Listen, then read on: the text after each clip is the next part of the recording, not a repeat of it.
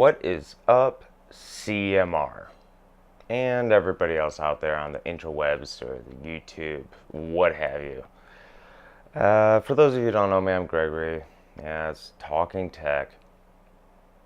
And I'm really tired. It's 1 a.m. on a Tuesday morning.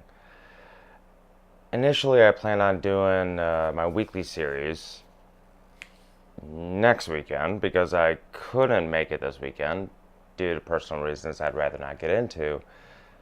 But given the fact that Nvidia dropped a bomb on us with their preview of, not even so much of a preview, but they gave a bunch of the tech tubers boxes of the Turing Titan, the Titan RTX, RTX Titan, Titan Turing, or they're calling it the T-Rex, which I actually kind of like. I kind of do like the T-Rex nomenclature. Long story behind that. Ask Cher about that. But yeah, there's a lot of misconception about the Titan lineup and the fact that people just presume it's really targeted towards gamers and consumers, which in a sense it has been. The last several years it truly has been, and that is entirely Nvidia's fault. Nvidia, I'm looking at you. That's to me, the Titan line never should have went that way. For those of you who have been following computer hardware for a while, like myself and many others, I'm sure many of you who are watching this video are part of the like, could probably remember the initial Titan, the very first Nvidia Titan, even the second Nvidia Titan, the Titan and the Titan Black, which were based off of the Kepler architecture, the GK110 and the GK110B GPUs, I believe.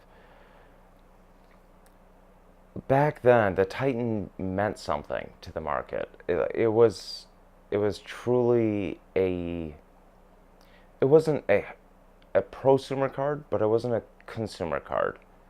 It was truly Nvidia's Halo card. It was more of look what I could do. That's what it was.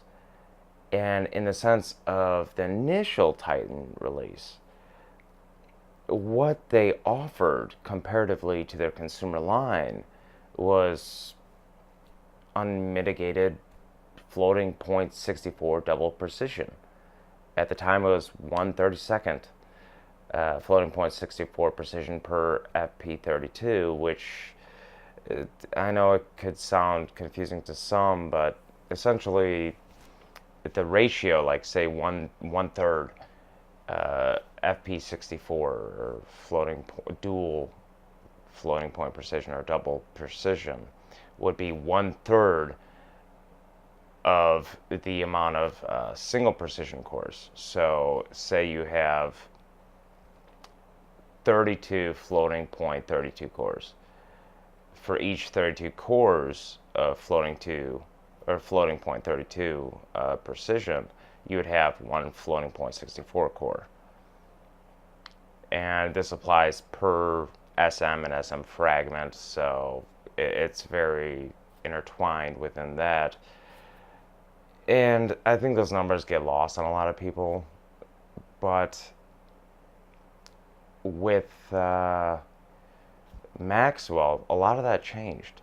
And not so much Maxwell 2, because let's not forget Maxwell itself was the initial Maxwell, the first generation Maxwell was actually in the form of the 750 Ti, I believe, and some OEMs and some mobile OEM chips, which weren't third-party releases or any desktop aftermarket releases that you could purchase. But yeah, with Maxwell that really changed because it went from 1/3 floating point 64 per floating point 32 to 1/32 floating point 64 to floating point 32, which to me, I was taken back by it. I lost all credibility with the Titan line personally, because essentially what it was, you were getting a consumer product that they were naming a Titan. They were holding off on releasing the fully enabled GPU of whatever given generation, whatever given SKU, to brand it the Titan and sell it for markup. And I didn't care for it then. And it continued through Pascal, for 2 generations of Pascal, actually. Even though Pascal was 1 generation, Maxwell, they had an excuse. Pascal, they really didn't. It was a Titan X Pascal, or the Titan X capital P, I suppose, which most people refer to it as the Titan X Pascal. And then the Titan X P, lowercase p, which would be the Titan XP, I suppose. I was never sold on the Titan moniker at that point. Like, it just went out the window. I was a big fan of the initial Titan. The thing is, like, it retained that 1/32nd 64-bit floating point precision per floating point 32-bit precision unit ratio. And that was a huge drawback for me. And yeah, I mean, it was the Titan Maxwell, Titan Pascal XP, I suppose. And yeah, I mean, to me, I stopped thinking about the Titan line entirely. To me, it was a joke. But then came the Titan V, which people weren't upset with it. People looked at it. I remember the enthusiast community and the computer community as a whole really appreciated what the Titan V had to offer. It was a huge change. I mean, comparatively to Pascal and Maxwell and all those architectures preceding it, not just architecturally, but it went back to that paradigm of offering not full, but high floating point, 64-bit precision, double precision floating point, on top of a ton of architectural changes, as well as HBM2 and yada yada yada. I mean, the die size was massive, something like 815 millimeters squared. I mean, that GPU was not cheap to produce, and the yields had to have been low. And in my opinion, it was deserving of the $3,000 price tag. But now, today, we have the Titan Turing, Titan RTX, which is a bit different, isn't it? It's not like Titan XP or Titan X Pascal or Titan X Maxwell even. It is in the sense that it doesn't offer that floating point 64-bit precision, the double precision. But it does offer something that the others truly haven't. Though, albeit, I should note that the true Titan XP, the X lowercase p, did offer, I believe, true floating point 16-bit precision, which was something that wasn't offered in prior generations. For those of you who are not familiar with floating point precision or even integer computation, maybe I'll make another video about that one day. But it's something that simply wasn't offered. But even with the Titan XP, that wasn't really a selling point. It was very much a consumer card. But with the Titan RTX or Titan Turing, however you want to call it, I don't even know what it's officially called. I honestly haven't looked that much into it outside of the price tag. And I spoke days ago with Jake LaRue. I want to say it was Jake LaRue. If I'm mispronouncing your name, Jake, I'm sorry. He works for Engine or Next Gen PCs, Engine PC. And I told him I'd be really pissed off if Nvidia decided to release a Titan more than the $1,800 to $2,000 price point with the Turing architecture. And I stand by that. I truly do. But that was with the way I would have perceived them to have released the Titan based off just releasing a flat out, fully enabled TU102 Turing GPU, slapping on one extra gigabyte memory module to equal out to 20 or 12 gigabytes, I'm sorry, not 20, on a 384-bit bus, and calling it a day. That would have made sense. They really cannot justify an $1,800 to $2,000, $2,000 being on the high side, price tag beyond that. But suddenly they dropped this $2,500 price tag on us. And I looked at it and I was just thinking, like, what the heck? Yeah, I wanted to say something else. But then I didn't even need to do much research to, I mean, obviously 24 gigabytes GDDR6, and it's all Samsung, by the way, which Samsung makes amazingly binned memory, especially with GDDR6. Their yields are insane.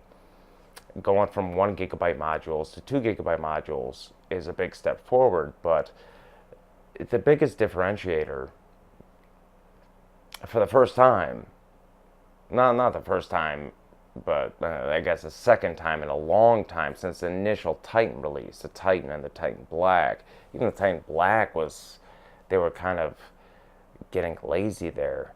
It was a rehashed Kepler.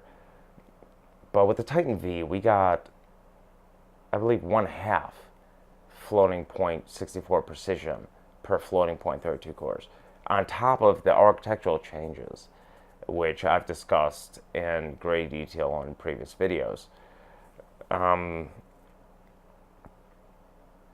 But with RTX, it's a bit different.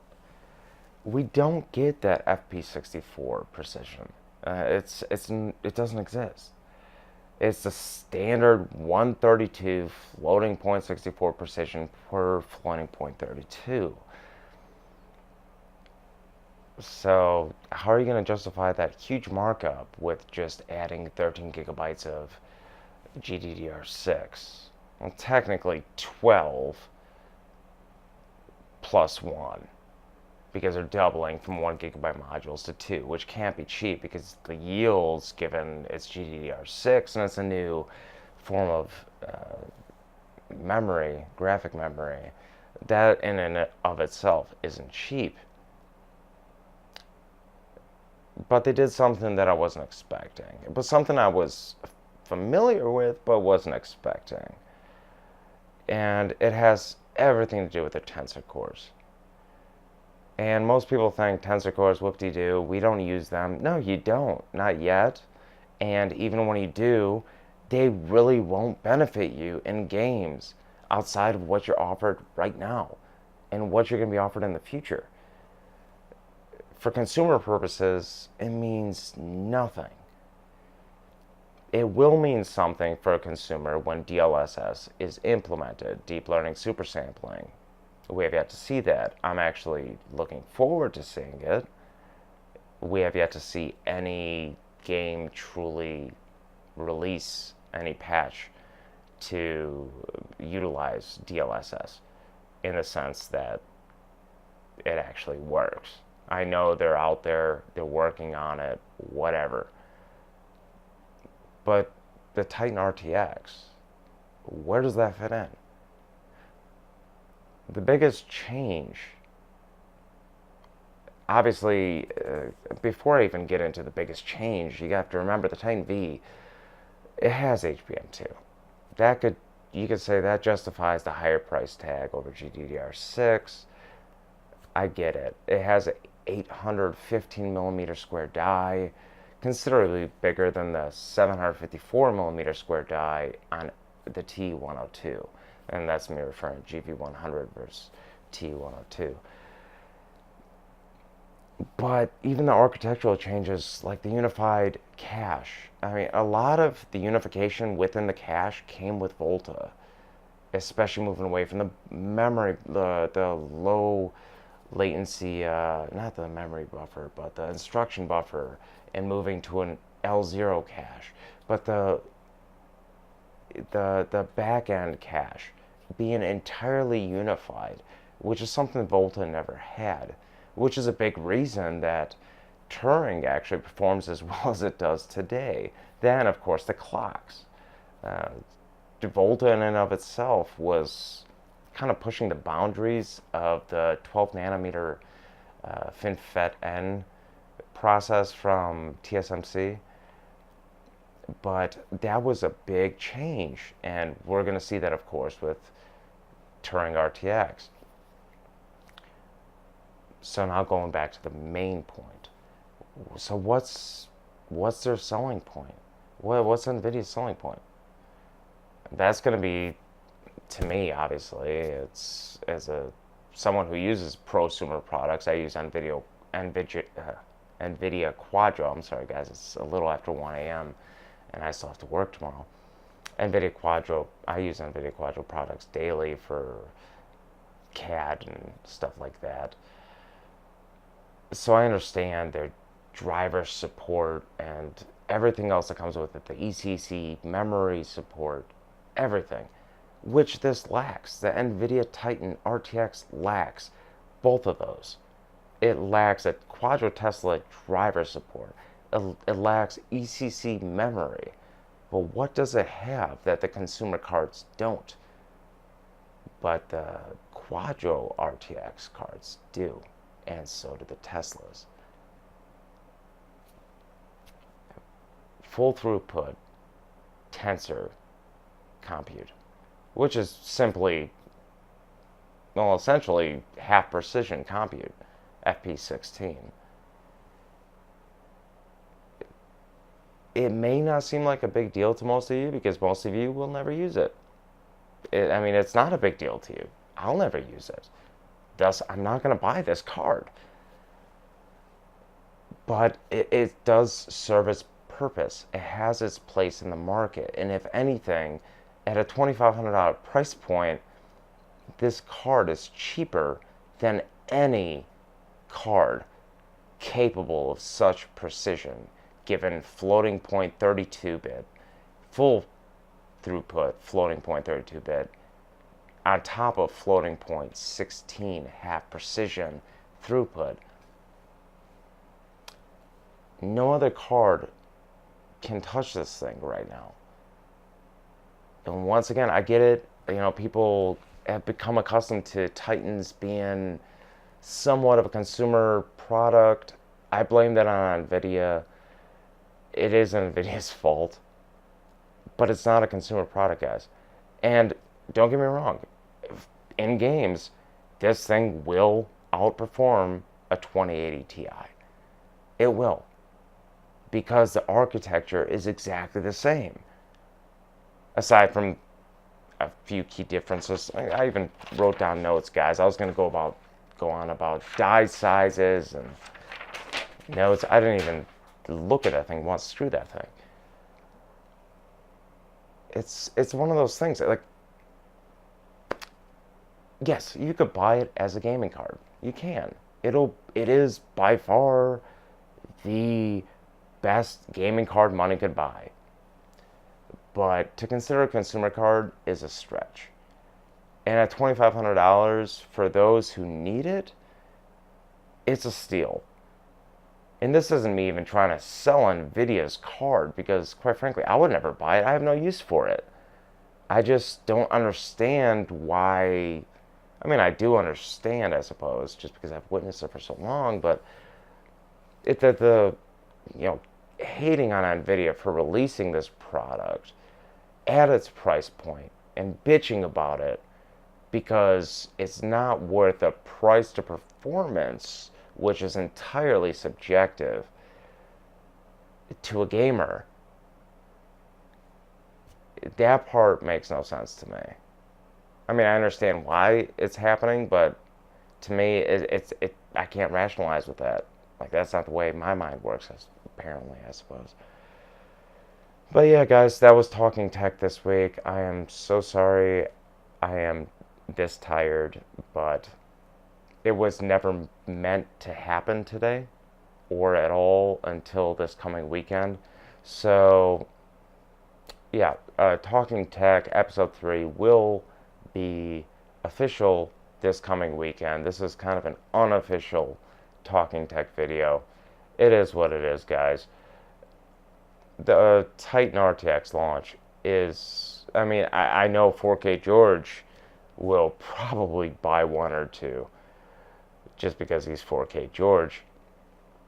But guys, don't compare the 2080 Ti or any other RTX card to the Titan RTX. This is the way it should have been from the beginning. With Pascal and Maxwell, never should have been so close to the consumer product. But that's entirely on Nvidia. And yeah, I suppose I've said what I've had to say. Alright, guys. CMR for the win as always. I'm gonna go to bed. It's like 1:30 in the morning and I gotta be up at 5. So CMR for the win. Peace.